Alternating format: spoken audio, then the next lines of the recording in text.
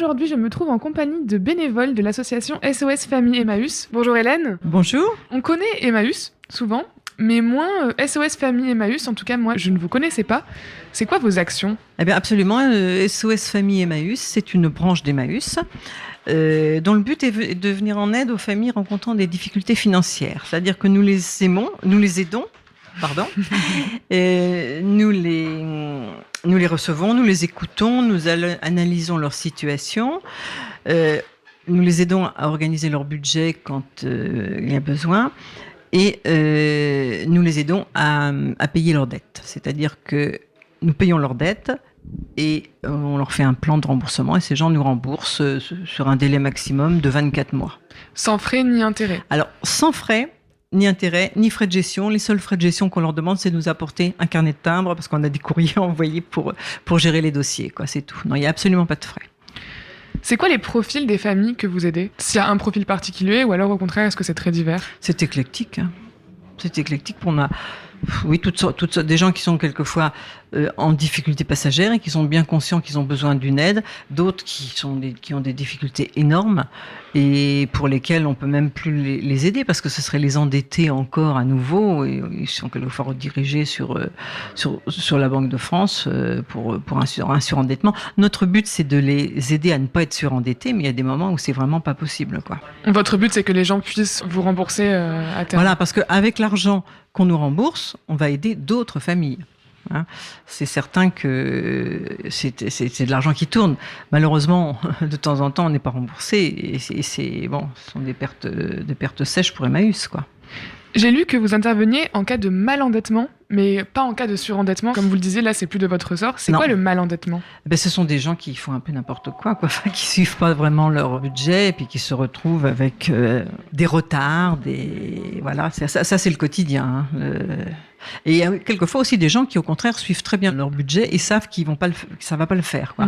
Donc, avec ces gens-là, il y a des gens qui nous connaissent et puis, quand ils ont une difficulté, ils viennent nous voir et on étale la dette sur 6 mois, 1 an et puis voilà, ça leur permet de redémarrer vraiment d'un bon pied, quoi. Donc, ça peut être aussi, voilà, ponctuellement, on sait que ça va être difficile, on sait que ça va pas le faire et on a besoin justement d'un petit peu d'air. Voilà, et en fait, oui, c'est vrai que quand on fait ça, c'est quand même une réussite, quoi. On a aidé vraiment quelqu'un et ça va porter ses fruits dans l'avenir, quoi. Avec la crise sanitaire, beaucoup de gens ont des difficultés économiques. Est-ce que, du coup, vous avez eu plus de monde ? Eh bien non, contrairement à ce que l'on pouvait croire, on n'a pas eu plus de monde. Alors ça, on a essayé d'analyser la situation, on ne sait pas pour quelle raison on a moins de monde. Enfin, on a aussi eu des gens qui avaient des situations tellement catastrophiques qu'on ne pouvait pas les accepter, donc on n'a même pas fait de dossier dans ce cas-là.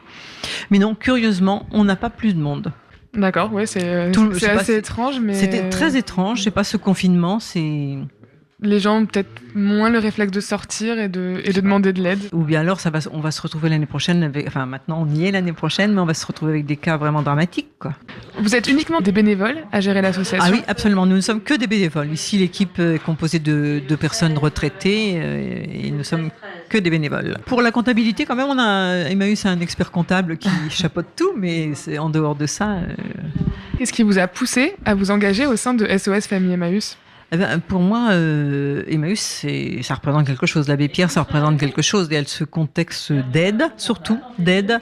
C'est-à-dire que chez Emmaüs, on ne donne pas souvent, mais on aide beaucoup.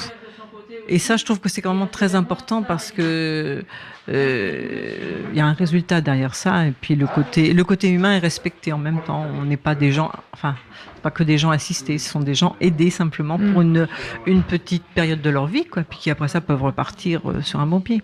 Tout le monde peut avoir besoin d'aide à un moment dans sa vie d'une manière ou d'une autre. Absolument tout le monde, oui, c'est sûr. Merci beaucoup de m'avoir reçu ici.